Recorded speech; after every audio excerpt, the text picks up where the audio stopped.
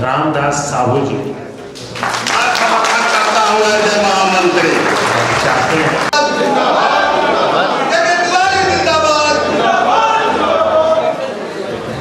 आप सबको मैं इस अभिवादन के लिए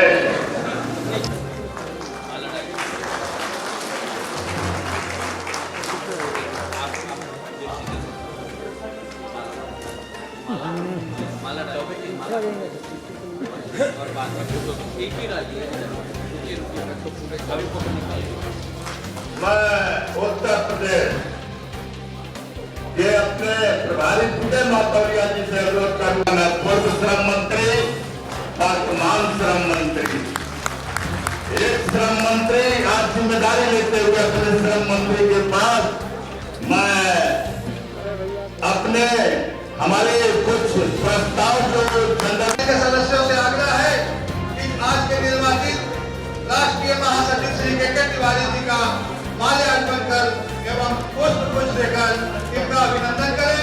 देखिए, अभी एक बरस तो हम लोग कोरोना वायरस में रहे, अपने भी बच्चे मजदूरों को बचाने काम किया।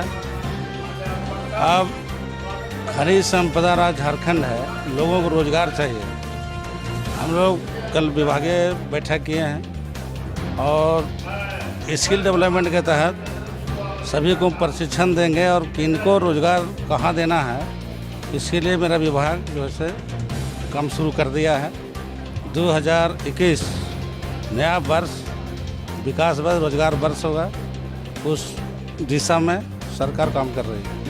CCL, BCCL में जिन लोग काम करना चाहते हैं वहाँ स्थानीय स्तर पर उनको हम लोग, CCL में किस तरह का मुद्दा है, किन्हीं का जमीन गया, नौकरी नहीं मिला, किन्हीं को मुआवजा नहीं मिला, किन्हीं को सत्यापन नहीं हुआ है, इन सब विषय पर माननीय मुख्यमंत्री मीटिंग कर रहे हैं और जो विस्थापित प्रभावित है उनका बहुत जल्द न्याय मिलेगा।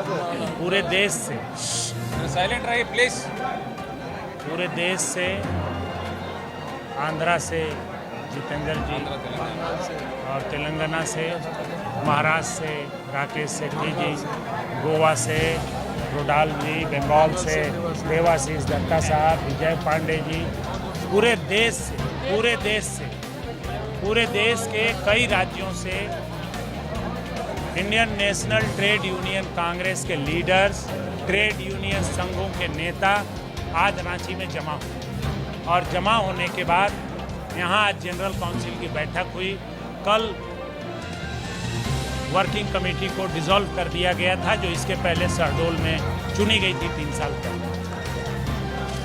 नया वर्किंग कमेटी बनाने के लिए हम सब लोगों का धन्यवाद देंगे, पूरे देश के इन तक के लोगों का। इन लोगों ने मुझे अध्यक्ष चुना है और के तिवारी जी को महासचिव फिर से चुना है और बाकी जो सीनियर लीडर हैं, चेयरमैन इस कमेटी के थे प्रोग्राम के, जितेंद्र जी और राकेश सेठी और जितने मेंबर्स थे कोर कमेटी के, सारे लोगों ने आज अभी कमेटी जा कर के बना करके और इसकी घोषणा कल मीडिया में कर दी जाए, जो पूरे देश की कमेटी बनी और राज्यों के अध्यक्षों के, और इसकी घोषणा कल कर दी जाए। इसके बाद हम लोगों ने जो प्रस्ताव 19 सूत्री कार्यक्रम लिए हैं, माननीय लेबर मिनिस्टर झारखंड सरकार को बुला करके स्टेज पर उनसे उद्घाटन कराए और हम लोगों ने उनके हाथ में सौंप दिया है कि इसको भारत सरकार को आप भेज दीजिए सरकार के माध्यम से, कि भारत सरकार हमारी मांगों पर विचार करे, जिसमें बहुत प्रमुखता से 3 चीज़ों के खिलाफ हम लोग लड़ाई लड़ने जा रहे हैं।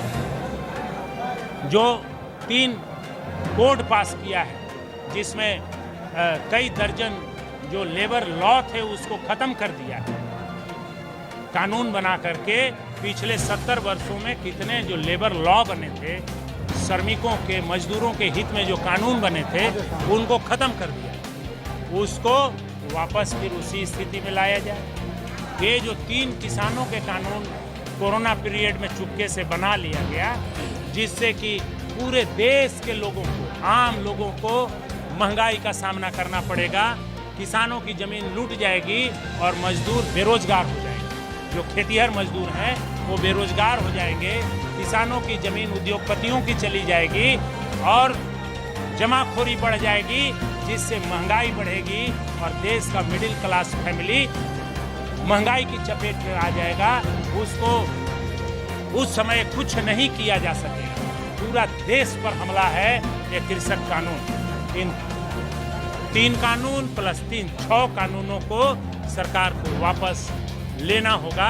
यह इंटक ने एबोलिश करना होगा पार्लियामेंट में ही कानून ला करके। यह इंटक ने तय किया अपने राष्ट्रीय अधिवेशन में और इसकी लड़ाई इंटक पूरे देश में लड़ेगी, इसमें कोई संशय नहीं है। और इसको हम लोग अंतिम समय तक इसको वापस करा के ही दम लेंगे। इंटक इसको वापस करा के दम लेंगे। ये हम लोगों ने प्रमुखता से इसको लिया है। निजीकरण के नाम पर जो हमारे पूर्वजों की द्वारा बनाई गई संपत्ति, उन संपत्तियों को जो बेचा जा रहा है, इसके खिलाफ भी हम लोगों ने प्रस्ताव लाया है। और इस प्रस्ताव के खिलाफ भी Indian national trade union Congress पूरे देश में भारत सरकार की नीतियों के खिलाफ लड़ने के लिए तैयार है। प्रमुखता से ये चीजों को हम लोग ले रहे हैं और 19 सूत्री मांगों को हम लोगों ने सुपुर्द कर दिया। जब टूटती है आस, जब थकती है सांस, जब रूठते हैं अपने, मुंह मोड़ता है जमाना, जब अंगड़ाई लेता है संकल्प, फिर बनती है कहानी, बनते हैं अनमिट निशान। देखिए मेरे साथ संघर्ष की दास्तां।